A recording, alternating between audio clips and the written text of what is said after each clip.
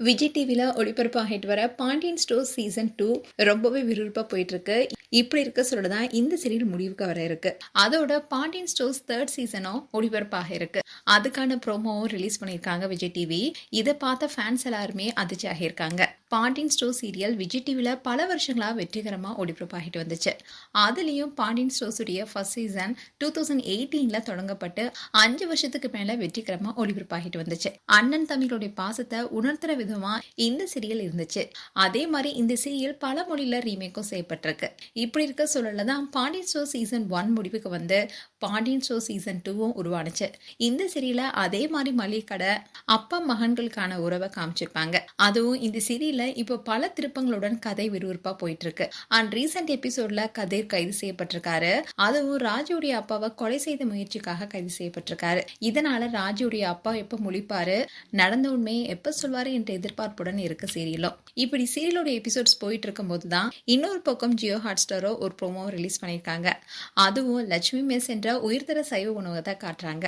இந்த ப்ரோமோல எப்பவுமே பாண்டியனா காட்டப்படுற ஸ்டாலின் முத்து இதுல கந்தசாமி என்ற கேரக்டர் மூலமா காட்டப்படுறாரு. அதோட மளிகை கடை நடத்திட்டு வந்த பாண்டியனோ இந்த கந்தசாமி கேரக்டர் மூலமா ஹோட்டல் நடத்திட்டு வராரு.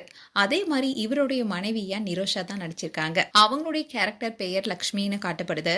அண்ட் எப்போதும் போல பாண்டியன் ஸ்டோர்ஸ்னாவே குமரன் கேரக்டர் கண்டிப்பா இருக்கும். அதே மாதிரி இந்த லட்சுமி மிஸ்ல குமரன் கேரக்டரும் இருக்காரு. அதோட சரசு என்ற பெண் கேரக்டரும் காட்டப்படுறாங்க.